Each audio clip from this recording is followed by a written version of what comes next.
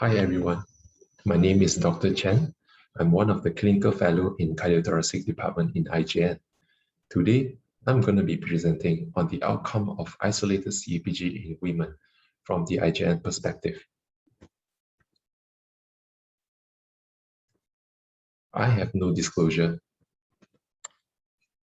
Ischemic heart diseases remain as the #1 killer based on 2020 Department of Statistics Malaysia, and it is the second cause of death among female in Malaysia.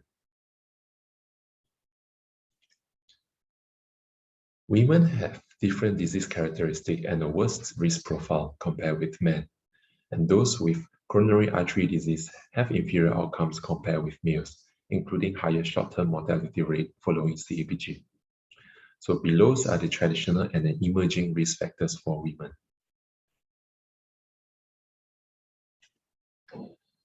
We have a total number of 4,515 patients from the isolated CABG pool from 2017 to 2019.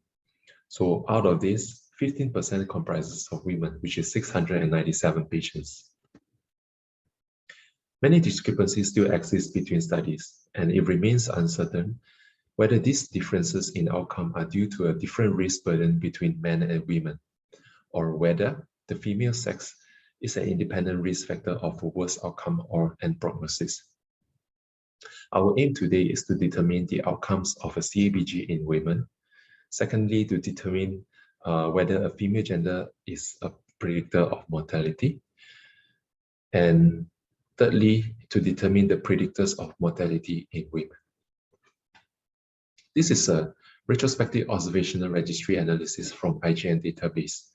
Demographics cross-tab on baseline characteristic in 697 female patients underwent isolated CABGs from year 2017 to 2019. Univariate analysis as well as multivariate logistic regression were used. Hospital mortality was defined as death within any time interval after the operation if the patient had not been discharged, or within 30 days from the operations. Below are the baseline characteristics of the female populations. So female generally are 2 years in average older than men cohorts. They are more arterial path, they are more hypertension, and as well as diabetics. Generally, they have lower preoperative hemoglobin to begin with.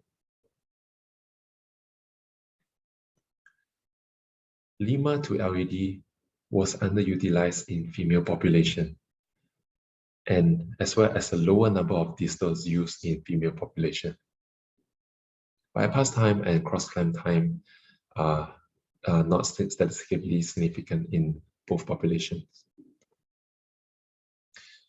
If you can see here, female has a higher percentage of mortality, which is 5.9% as compared to men, which is 3.3%. Female has a higher number of post-op stay as well as a length of stay. Univariate analysis were done for predictors of mortality as compared to men cohort. Female has found to have influenced the mortality in female population. But after we have run a risk-adjusted analysis in the multivariate variables, we have found that genders play no influence in terms of the predictors of mortality. So this is a univariate and also multivariate predictors of mortality in female. So we have found that female who has a renal disease as well as the poor EF and longer ICU stays are the predictors of mortality in female. So what explains the difference between the mortality between men and women? It could be the older ages of presentation for female population. Female generally has a higher number of comorbidity. They are more likely to have a silent heart attack. They are more often present with an urgent presentation.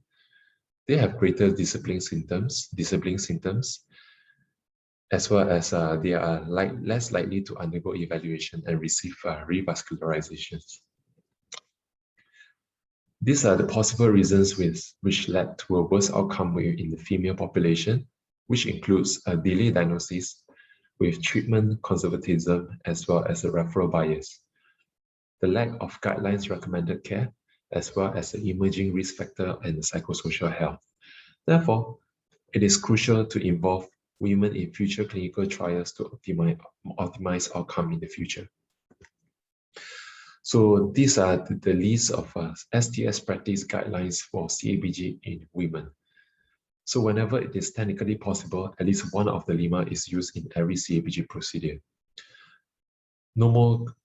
Maintaining of a normal glycemic are important in a perioperative setting between the range of 5.6 to 8.3. So efforts are made to ensure adequate intraoperative hematocrit level. The indication of an op-cap surgery are the same for women as for men. Hypothyroid women undergoing CABG are maintained in a euthyroid state during surgery, and HRT is not used for postmenopausal women undergoing CABG.